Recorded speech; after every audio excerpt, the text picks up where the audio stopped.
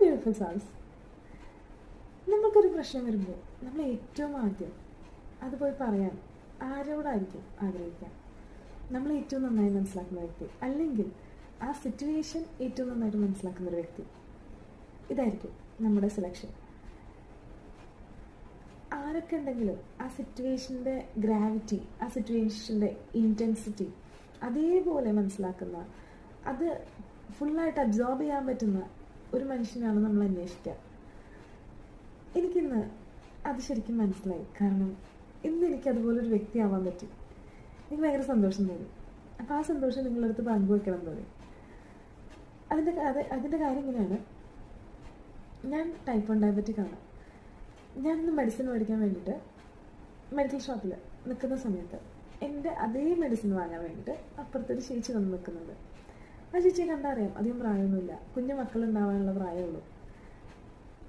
അവർ അതേ മെഡിസിൻ പറഞ്ഞപ്പോൾ തന്നെ ഞാനൊന്ന് ശ്രദ്ധിച്ചു. അത് കഴിഞ്ഞ് അവർ ഫാർമസിസ്റ്റിൻ്റെ അടുത്ത് എന്തൊക്കെയോ സംസാരിക്കുന്നുണ്ട്. അപ്പോൾ എനിക്ക് മനസ്സിലായി അവർ കുറച്ച് പാനിക്കാണ്. അവർ സംസാരത്തിൽ നിന്ന് നമുക്ക് മനസ്സിലാവുന്നത് പാനിക്കിനായിട്ടും കൂടുതൽ അവർ ആ ഒരു സിറ്റുവേഷൻ കുറച്ച് ഡിസ്റ്റർബ്ഡായിട്ട് ഫീൽ ചെയ്യുന്നു. ആ മെഡിസിൻ വാങ്ങുന്നതും ആ ഒരു അവസ്ഥകളും, എത്രയായാലും മെഡിസിൻ കുഞ്ഞിന് വേണ്ടി മേടിക്കുമ്പം അങ്ങനെയാണല്ലോ. അപ്പോൾ ഞാൻ അവരെ സമാധാനിപ്പിക്കാൻ വേണ്ടി പറഞ്ഞതാണ്, ഞാനും ടൈപ്പ് 1 ആണ് കേട്ടോ എന്ന്. അത് കേട്ട ശേഷം അവരെ കണ്ണ് ശരിക്കും തിളങ്ങുന്ന മാതിരി തോന്നി എനിക്ക്.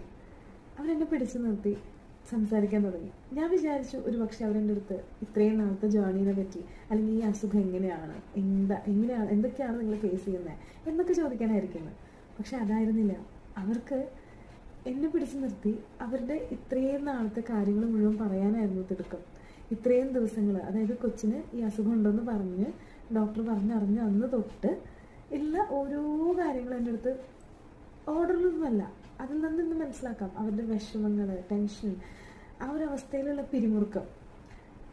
ഇതൊക്കെ കേട്ട് കഴിഞ്ഞപ്പോൾ ഞാൻ വിചാരിച്ചു അവരുടെ അടുത്ത് എന്തെങ്കിലും പറഞ്ഞു കൊടുക്കണമായിരിക്കുന്നത്. പക്ഷെ ഒന്നും വേണ്ടിയിരുന്നില്ല. അവർക്ക് എല്ലാം നന്നായിട്ട് അറിയാം. പക്ഷെ ഇത് പറയാനൊരാളെ, അത് നന്നായി മനസ്സിലാക്കുന്ന, റിലേറ്റ് ചെയ്യുന്ന ഒരാളെ അന്വേഷിച്ച് നടക്കുന്ന ഒരു അമ്മയെ പോലെ തോന്നി.